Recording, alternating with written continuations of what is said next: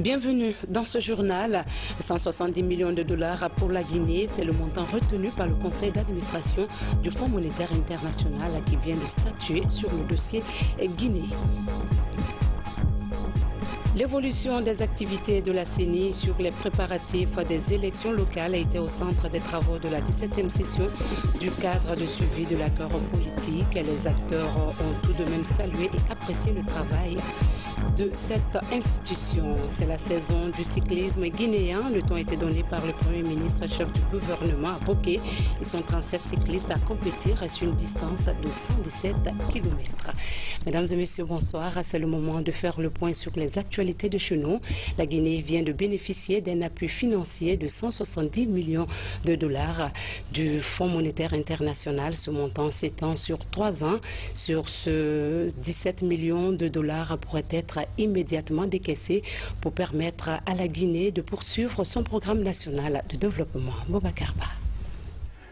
Le conseil d'administration du Fonds monétaire a approuvé un nouveau programme de facilité élargie de crédit pour la Guinée sur une période de 3 ans, le 11 décembre dernier, pour une enveloppe financière de 170 millions de dollars décaissable en 3 tranches. C'est le chef de mission du Fonds monétaire pour la Guinée qui l'a annoncé au cours d'une vidéoconférence entre Conakry et Washington. Chose remarquable, sur les 17 millions de DTS, environ 24,3 millions de dollars prévus pour 2018, 17,2 millions de dollars sont décaissables immédiatement. Le but du programme, c'est de soutenir le pays avec son programme national de développement économique et social pour le période 2016-2020 et pour aider une croissance partagée, améliorer le problème de gouvernance et aussi de créer une meilleure condition pour la population de Guinée. C'est un programme qui inclut une facilité d'endettement supplémentaire qui devrait permettre à notre pays de pouvoir financer un certain nombre d'investissements en infrastructures. Ce programme appuie également la mise en œuvre du plan national de développement économique et social de la Guinée, que vous connaissez tous, le PNDES. Et ce programme va donc également nous aider je dirais, à mettre en œuvre un certain nombre de mesures structurelles qui sont des mesures importantes aussi pour la Guinée si nous souhaitons attirer de plus en plus d'investisseurs. Signalons que dans cet accord, le gouvernement entend renforcer la situation budgétaire en mobilisant plus de recettes fiscales et douanières, supprimer les subventions à l'électricité, améliorer la gestion des investissements tout en renforçant le dispositif de protection sociale. Poursuivant son programme d'aménagement hydroélectrique du pays, le président de la République va bientôt doter la commune de Kerewane d'un mini-barrage. Le coût de réalisation s'élève à 70 millions de dollars. L'étude de préfaisabilité vient d'être présentée au cadre du ministère en charge de l'énergie. Les détails avec Nabi Kamara. Une mini-centrale de 17 MW que le chef de l'État envisage de construire pour la commune urbaine de Kerewane. Elle sera implantée à Madina John, une localité située à une 60aine de kilomètres. L'étude de préfaisabilité du projet a été effectuée par Tractebel Engineering et la société Kama en sera le maître d'œuvre. Alors nous avons collecté beaucoup de données techniques, nous sommes également rendus sur place et ça nous a permis de faire une étude à un niveau de préfaisabilité, donc à un niveau encore préliminaire, pour justement évaluer le potentiel du site ainsi que de manière préliminaire son coût, sa rentabilité. Mercredi, les résultats de cette étude de préfaisabilité ont été présentés au ministère de l'énergie et de l'hydraulique. L'objectif premier, c'est quoi? C'est de recueillir les différentes recommandations des différents spécialistes en la matière qui permettront de corriger éventuellement les points qui sont à corriger dans ces rapports et de prendre en compte des éléments qui ne seraient pas pris en compte dans le cadre de ces premières études-là. Il y a Kama qui a demandé, qui a sollicité à réaliser effectivement le site de Madina sur le Djon. C'est tout à fait normal parce que la loi l'admet. Il y avait avant la loi sur le BOT, une loi de 1998 qui censure l'intervention du privé dans la réalisation des infrastructures. Et cette loi, elle est générale. Mais tout dernièrement, en 2017, il y a eu une nouvelle loi qu'on appelle loi PPP, qui abroge la loi BOT de 1998 et qui donne pratiquement les mêmes facilités aux partenaires publics et privés pour pouvoir aider l'État dans la réalisation des grandes infrastructures. Le coût de réalisation de la mini-centrale de Madina-Djong à Kerouané est estimé à 70 millions de dollars. À présent, suivons l'évolution des activités de la CENI sur les préparatifs des élections locales. C'était au cours des travaux de la 17e session de suivi de l'accord politique. Cependant, les acteurs ont salué le travail effectué par cette institution, même si par ailleurs des remarques sont faites pour la réussite du processus. Mohamed Lamine Camara. Les travaux de cette 17e session du comité de suivi de l'accord politique sont axés essentiellement sur l'état d'avancement des activités de la CENI. À ce jour, des avancées sont enregistrées sur le terrain, notamment les missions de relocalisation des électeurs et le réajustement des bureaux de vote. En dépit des remarques relevées par certains participants, des efforts ont été consentis par la CENI. Le RPG est en train de travailler dans toutes les 342 circonscriptions pour que nos candidats soient en norme pour aller aux élections locales prévues le 4 février 2018. Actuellement, nous sommes sur la gestion des candidatures. À ce niveau, il faut relever qu'il y a un certain nombre d'inquiétudes par rapport à la mobilisation de tout ce qui est documents administratifs et juridiques.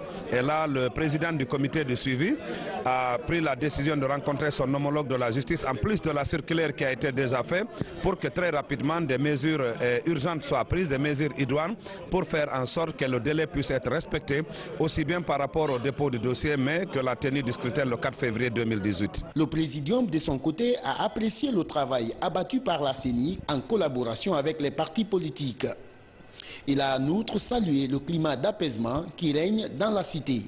Grâce à l'engagement des acteurs politiques aussi, de l'opposition et de la mouvance, je crois que les Guinéens sont de plus en plus rassurés qu'à la date du 4 février, ils vont se rendre aux urnes. Des problèmes persistent qui ont été évoqués et par là. Nous pensons encore une fois que l'espoir est permis, le dialogue politique permet, nous ne le dirons jamais assez, de transporter la contradiction entre Guinéens de la rue à la table de dialogue. Et là, il faut le saluer, il faut l'entretenir. Pour chacun des Guinéens que nous sommes, c'est un enjeu que nous devons absolument préserver et que nous devons pouvoir gagner. Le président du cadre de dialogue a rappelé qu'une délégation se rendra à Boké pour une mission de sensibilisation des populations sur la portée du dialogue politique dans le pays. Présentation au ministère de la Sécurité d'un document sur le système d'information statistique. Ce document, érigé en outil de travail, facilitera la collecte, le traitement et la diffusion des informations sur les activités de la police nationale. C'est un projet appuyé par l'Union européenne. Younous Atawel Kamara, reportage. Le système d'information statistique du ministère de la Sécurité, c'est le nom de ce document de 48 pages mis à la disposition de ce département. Un outil de travail qui permet de connaître les forces et les faiblesses de son système de fonctionnement. Il facilite la collecte, le traitement et la diffusion des informations sur les activités des différentes directions de la police nationale. L'objectif de cet atelier est d'examiner et valider les fiches de collecte et la maquette de l'annuaire statistique du ministère de la Sécurité et de la Protection civile. Cet exercice vous permettra de vous approprier d'une technique autrefois ignorée ou mal connue de nos services. Je vous demande donc d'examiner minutieusement le questionnaire concernant vos services aux fins d'amendement. Ce document nous permet d'évaluer nos activités, le résultat de nos activités. C'est-à-dire, par exemple, quand nous prenons les patrouilles, les surveillances que nos services font, nous devons être en mesure de quantifier ça. Par jour, par semaine, par mois, par année. Ce projet est initié par le gouvernement guinéen avec un appui financier de l'Union européenne. Il concerne 10 départements ministériels et l'Institut national de la statistique. L'objectif est de renforcer les fonctions statistiques de l'État. Il est important que l'ensemble de la population sache, statistiques à l'appui, ce que fait l'ensemble du personnel du ministère de la Sécurité et de la Protection civile, l'ensemble des faits donc, qui sont enregistrés dans les commissariats de police et dans l'ensemble des structures, pour que tout le public sache quelle est l'intervention, quels sont les moyens aussi, malheureusement qu'on s'est un peu limité, pour aboutir à des résultats concrets. La présentation de ce document a mobilisé les responsables des différentes directions du ministère de la Sécurité. Ensemble, ils vont l'examiner et apporter des amendements avant sa validation. Toujours dans l'actualité nationale, les stagiaires de la 3e promotion de l'Agence du service civique d'action pour le développement ont reçu leur attestation de fin de formation. Ils sont 178 jeunes aptes à affronter le marché de l'emploi. Ça, Maratondo. C'est le couronnement de 11 mois de formation pour les stagiaires de la filière prévention et sécurité et 14 mois pour ceux de l'hôtellerie. Ces 178 récipiendaires constituent la 3e promotion de l'Agence du service civique d'action pour le développement ASCAD. Avec ces certificats d'aptitude professionnelle, ces jeunes se disent prêts à faire valoir leurs compétences sur le marché de l'emploi devenu concurrentiel. La période que j'ai passée à la formation ici, je l'ai fait en cause de quelque chose. Et aujourd'hui, je suis fier, je l'ai obtenu, ce qui est mon diplôme aujourd'hui. La connaissance que j'ai acquise ici, je vais m'en servir dans le domaine de l'hôtellerie.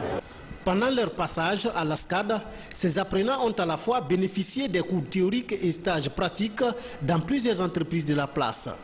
Une stratégie qui a déjà permis à beaucoup d'entre eux de décrocher leur premier emploi avant la fin de leur cursus. Je peux vous assurer déjà que les 90% de ces jeunes qui sortent aujourd'hui ont déjà trouvé du travail. C'est aussi ça le sentiment de satisfaction que la direction et l'ensemble des travailleurs du SCAD aujourd'hui ont comme joie. Parce qu'aujourd'hui, ça démontre que le SCAD vraiment est sur une piste sérieuse. Moi, je suis propriétaire d'une société, d'une agence de sécurité.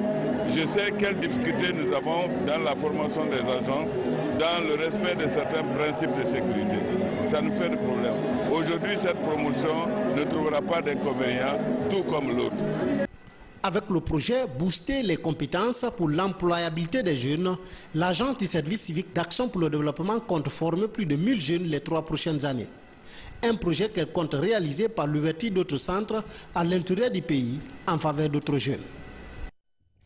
Pour lutter contre le chômage des jeunes, le Fonds national d'insertion des jeunes fait la promotion du secteur informel dans sa volonté de trouver une solution à la problématique de l'emploi des jeunes. Le FONIJ a reçu 66 futurs entrepreneurs détenteurs de projets dans l'espoir d'être soutenus. Abdul Aziz Baldé. Dans l'attente d'un financement, cette équipe de 60 entrepreneurs en herbe présente ses projets. Des projets axés entre autres sur l'agriculture, l'élevage et l'immigration clandestine. Posé porter sur le projet de la pépinière de culture pérenne. Voilà, le café, le cacao et le palmier qui est l'activité principale des jeunes de ce village. Pour nous, de comprendre comment sont organisés les bénéficiaires et les promoteurs de projets, quelle est leur compréhension même des projets. Et nous avons trouvé que les jeunes ont beaucoup d'initiatives. Ils ont beaucoup d'initiatives à travers les présentations. Leur engagement est boosté par le Fonds national d'insertion des jeunes. Après un premier appui, le département de tutelle s'est dû concu et promet d'accompagner ces jeunes entrepreneurs jusqu'à leur autonomisation. C'est intéressant et important qu'un entrepreneur ait la maîtrise de certains concepts, tels que le délai de récupération, la notion de fonds de roulement, la notion de besoin de financement, la notion de rentabilité. J'ai trouvé ça vraiment captivant. Et il y en a d'autres aussi qui sont dans l'agriculture, l'élevage. Je pense que les domaines sont très diversifiés et il y a matière à pouvoir accompagner les jeunes. Sur le concept vendredi de l'entrepreneur, cette phase de présentation de projet doit se dérouler dans toutes les communes de Conakry. L'idée est de faire des jeunes de véritables acteurs du développement de leur pays. Dans l'optique d'aider les jeunes, d'aider les PME à être compétitives sur le marché, une formation est organisée à cet effet à Kemsar. Elle est axée sur les modules de procédure d'obtention de marché. L'initiative s'inscrit dans le cadre du renforcement de la politique du contenu local du gouvernement. Algassimumba. Ils sont employés, entrepreneurs, responsables de PME et élus locaux. Tous apprennent les modules de procédure d'obtention de marché et la tenue de la comptabilité des états financiers. L'objectif visé est d'aider les PME à être compétitives selon leur secteur d'activité. Une manière d'obtenir plus de marché. Lors de cette formation, j'ai appris comment monter les documents pour assister à une offre. Moi, j'ai gagné déjà le marché, mais il n'y avait pas beaucoup d'ordre dans mes dossiers, surtout la comptabilité, même les dossiers administratifs. L'initiative est du cabinet Intellect autour du projet de Bel Air Mining, une structure spécialisée dans le recrutement et la formation. Elle est financée par le projet d'appui des PME en partenariat avec la Banque mondiale. Il faut aller vers les PME, comprendre leurs difficultés, savoir les écarts qui existent entre ces PME et la possibilité qu'ils ont pour accéder à ce marché. Après 10 jours de formation, certaines PME commencent à monter des projets et bénéficier des outils de gestion de leurs activités. À l'issue de leur formation, ces entrepreneurs et responsables de PME ont créé un réseau pour une synergie d'action.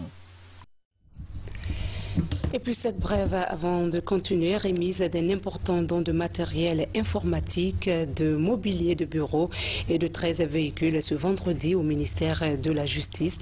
Un geste de l'Union européenne qui s'élève à près d'1 million d'euros.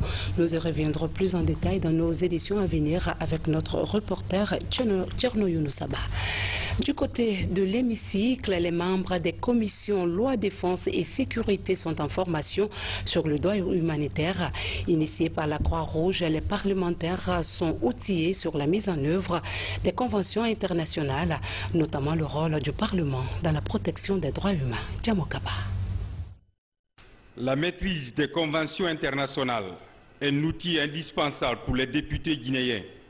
Pour ce faire, les membres des commissions loi, défense et sécurité approfondissent leurs connaissances sur le contenu du droit international humanitaire, DIH, un programme de la Croix-Rouge guinéenne qui vient renforcer les capacités des élus du peuple. Si on parle du droit international humanitaire, il est contenu dans une foultitude de conventions internationales. Donc, ces conventions-là, il ne suffit pas seulement de les signer ou de les ratifier, mais il faut les mettre en œuvre. Pour mettre en œuvre les conventions internationales, un travail de fond est attendu des parlementaires, parce qu'eux-mêmes, ils peuvent faire des propositions de loi au niveau de l'Assemblée. La mise en œuvre et l'exécution du droit international humanitaire relance le mécanisme de contrôle et de répression des violations des droits humains. À cet effet, un guide pratique est mis à la disposition des parlementaires. L'ouvrage présente les mesures de prévention pour alerter de nouvelles violations. Notre apport sera vraiment de tout faire pour que la mise en œuvre du droit international humanitaire soit connue, aidée et réalisée surtout par les parlementaires. C'est très important pour nous parce qu'il s'agit des citoyens guinéens. Cette formation en droit international humanitaire est donc un véritable tremplin pour l'éradication du fléau des épanchements de la barbarie humaine auquel on assiste souvent avec émoi à l'occasion des différents conflits d'une certaine envergure. Cette fois, le compte à rebours est engagé.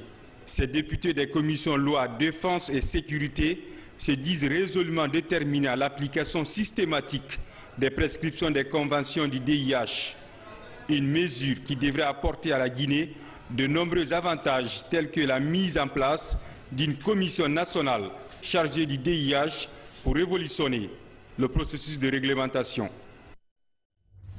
Le gouvernement guinéen débloque 17 milliards de francs guinéens pour l'achat des médicaments antirétroviraux et consommables.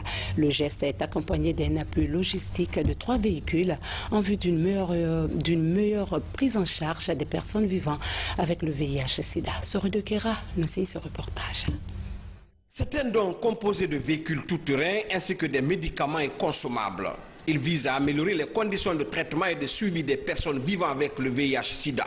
Les médicaments antirétroviraux ARV sont offerts par le gouvernement guinéen et les engins roulants par le Fonds mondial à travers son programme de lutte contre le sida, le paludisme et la tuberculose.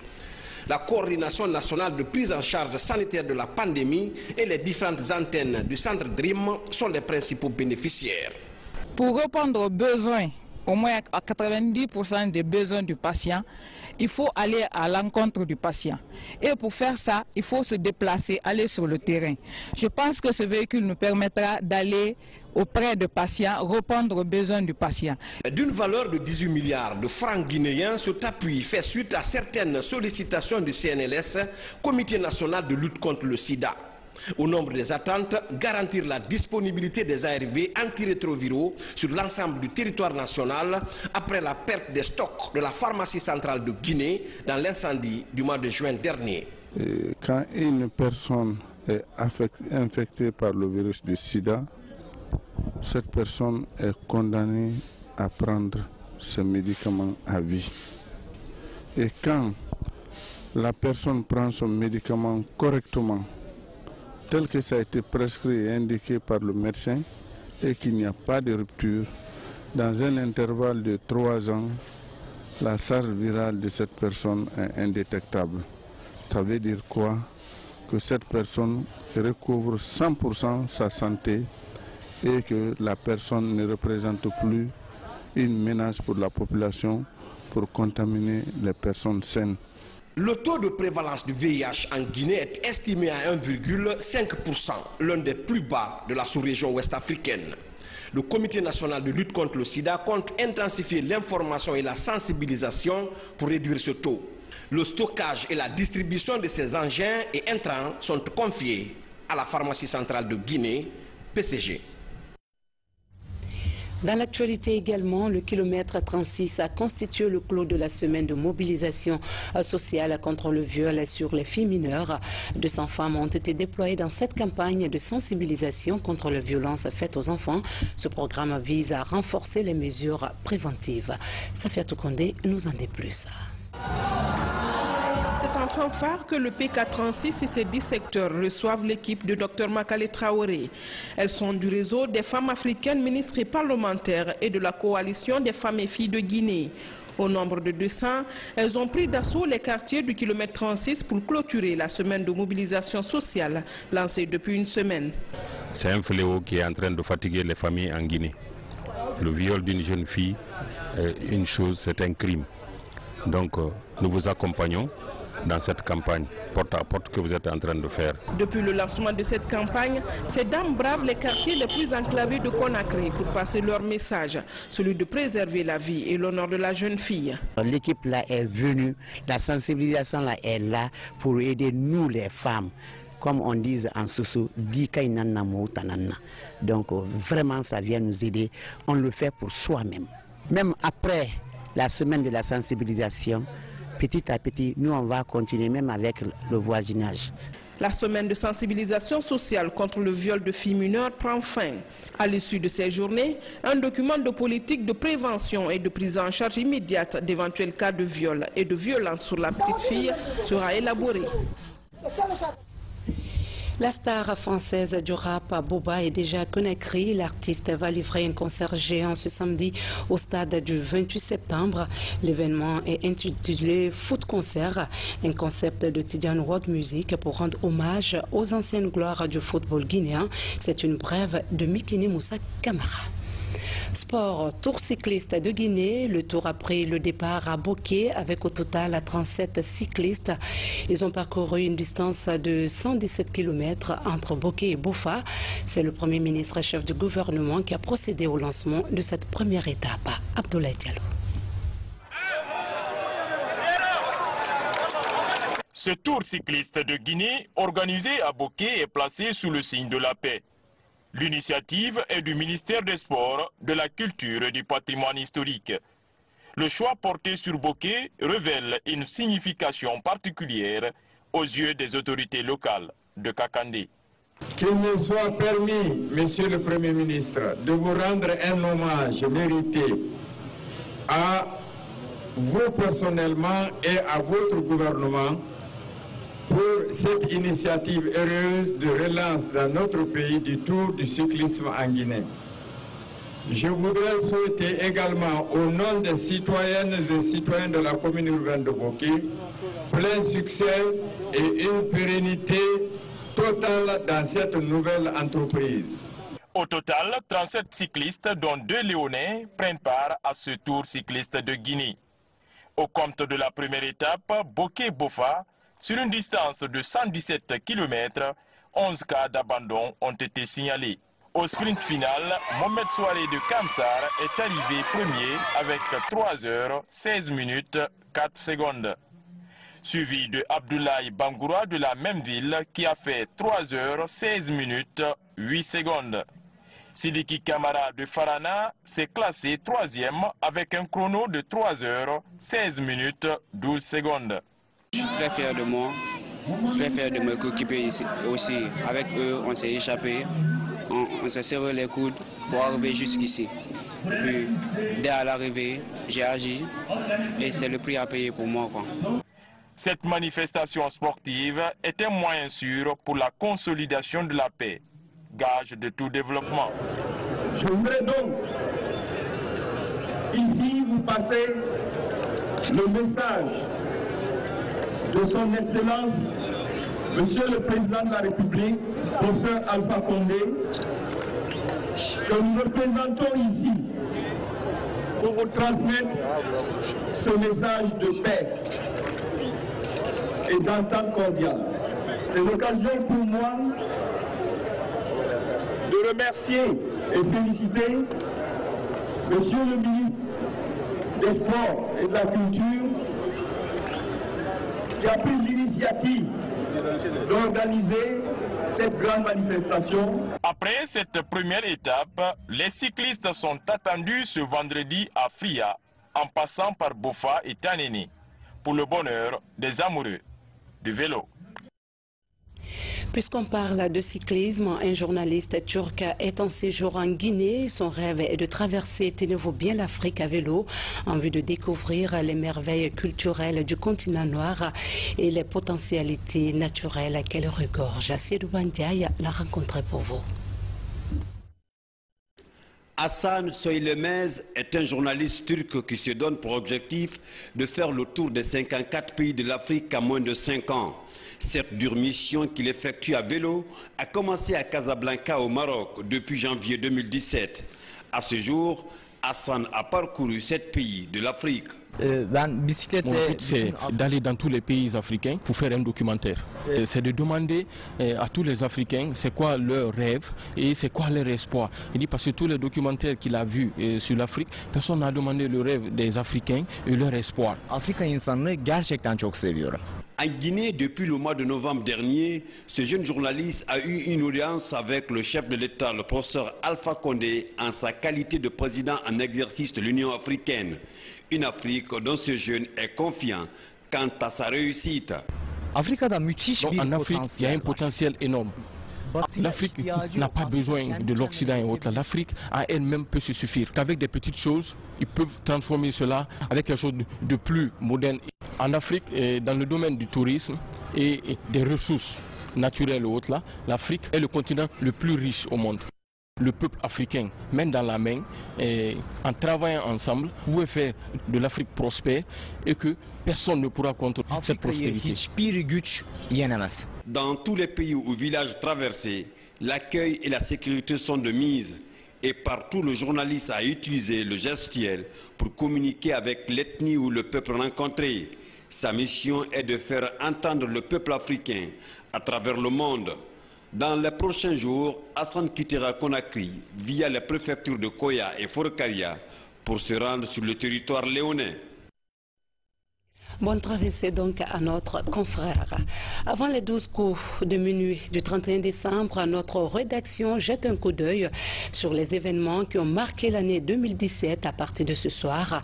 On commence par les sujets tristes. L'accident de Yorokogia.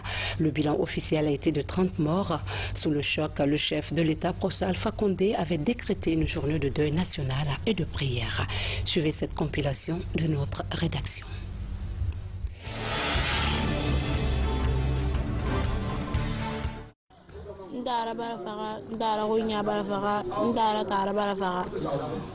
Elle a 15 ans et vient d'échapper à la mort. Ce matin, pendant qu'elle retrouve ses esprits, Mariam pleure la fin tragique de ses sœurs et cousines. Avec certains de ses frères rescapés de l'accident de Yorokogia, Mariam est terrifiée. Le bilan encore provisoire est lourd. On a eu 18 morts sur place. Ceux-ci, on les a drainés à l'hôpital préfectoral. À l'hôpital préfectoral, avec les blessés graves, il y a eu 3 encore décès. Donc ça fait 21 victimes. Ensuite, quand on a évacué les malades, 2 sont morts. Un dans le véhicule, l'autre à Conakry. Jusqu'à ce matin-là, c'est les informations qu'on a. C'est peu après 14h30 dans la petite bourgade de Yorokogia que ce drame s'est produit. La violence de la collision a réduit les chances de vie de 52 passagers à bord de ce minibus. Des jeunes âgés de 15 à 19 ans à peine, qui étaient déjà dans la fièvre d'une fête de mariage au village.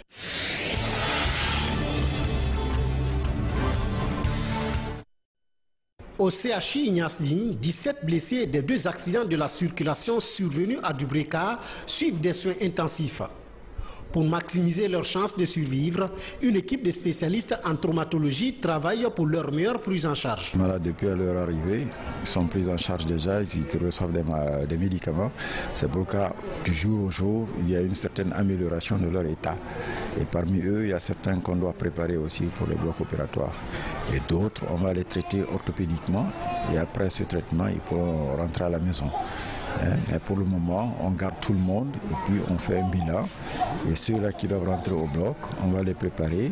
Et Inch'Allah, si tout va bien, à partir de la semaine prochaine, on va commencer à faire les actes opératoires. En mémoire des 31 autres morts de ces drames routiers, une journée de deuil national est observée ce vendredi. Drapeau en berne, prière dans les lieux de culte, le peuple de Guinée témoigne ainsi sa solidarité à toutes les familles des victimes de cette tragédie.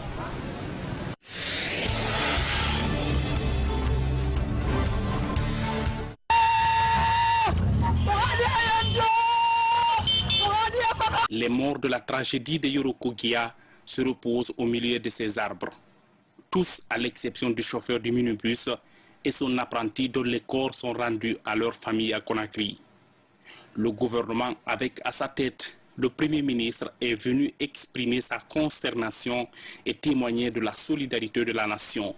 Ce malheur est un malheur que nous partageons tous. Et le gouvernement, ici présent, est venu pour témoigner tout son soutien et rappeler encore une fois la nécessité de prendre garde sur les comportements à risque au niveau de la sécurité routière. Le chef de l'État tout à l'heure, en me demandant de conduire personnellement cette délégation, a dit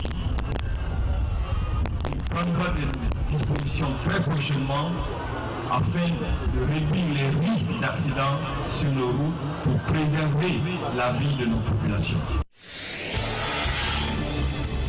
Que leur âme repose en paix. À la suite de ces événements douloureux, une campagne de sensibilisation sur la sécurité routière a été organisée sur l'axe Conakry-Koya-Dubreka. Un plan d'urgence de 3 mois lancé, suivi des états généraux de la sécurité routière. Ainsi prend fin cette édition. Merci de l'avoir suivi.